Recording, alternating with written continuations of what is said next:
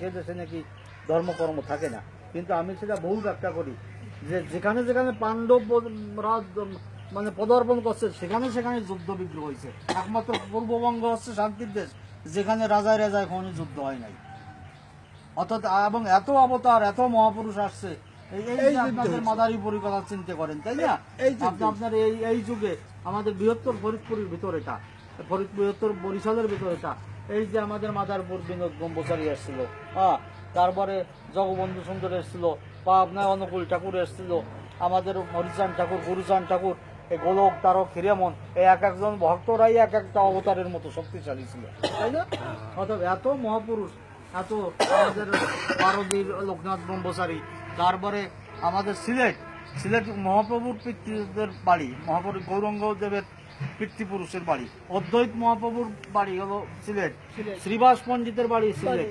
এত পুণ্যধাম সিলেট, অর্থাৎ পূর্ববঙ্গের এত পুণ্যত্বা জন্মগ্রহণ করছে বা তাদের মানে বাপের বিটা এই পূর্ববঙ্গে। অতএব আমরা অবশ্যই পূর্ববঙ্গবাসী বিরাট সৌভাগ্যবান, বিরাট সৌভাগ্য। এত সাধু মহাপুরুষ আমাদের ভিতরে আসছে।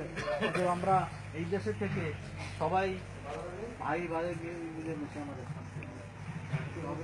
আমাদের যত সম্পূর্ণ বিভিন্ন সম্প্রদায় কোনো বিভেদ আমাদের রাখা সব কিছুর উদ্দেশ্য হচ্ছে আমরা সনাতন ধর্ম, যে মতে যে পথে আমরা থাকি, যেহেতু প্রথমে বলছিলাম সনাতন ধর্ম মহাসমুদ্র, মহাসমুদ্রতে যে কোনো রাজবিষেক থাকে, আমাদের বঙ্গোপসাগর বাংলাদেশের দক্ষিণ প্রান্তে যত ছোট ছোট খাল, নাল, নদী, বড় নদী, ছোট নদী, এই জলগুলো সমুদ্রের দিক।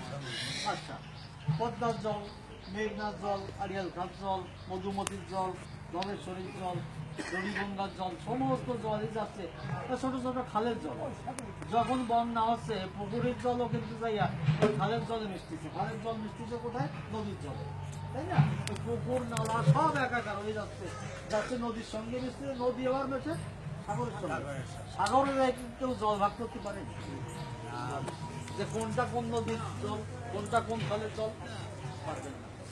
সনাতন ধর্ম ঠিক তাই, বৌদ্ধ ধর্ম, বৈষ্ণব ধর্ম, শাক্ত ধর্ম, শৈব ধর্ম, অনুকূল ঠাকুর, জগবন্ধু সুন্দর, সব সুন্দর হয়ে মিষ্টি যায় সমুদ্র।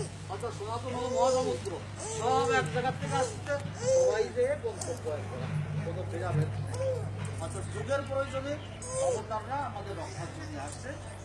এক এক যুগে এক একটা নাম প্রবর্তিত হয়েছে, যার যার ইষ্ট দেবতা, যার যার গুরু, যারা যে নামে দীক্ষা গেছে, আপনারা সেই নামে জপ করে পরমাত্মার সঙ্গে আপনাদের মিলন হয়েছে।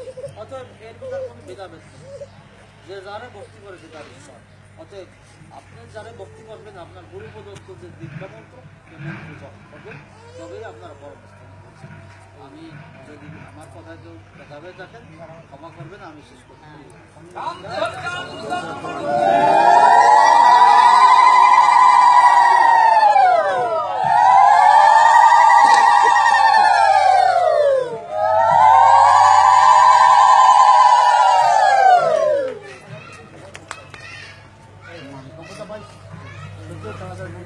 আমাকে কয়জন উঠোন দেন, ফুলাফন কি কয়জন উঠে দিয়ে ওই দাদা বলছে আমারে প্রসাদের, আর এখানে যারা আসছেন উপস্থিত, আপনারা প্রসাদ মানে নিয়ে যাবেন সবাই। নিমন্ত্রণ অনিমন্ত্রণ যারাই উপস্থিত আছেন প্রসাদ না নিয়ে কেউ যাবেন না।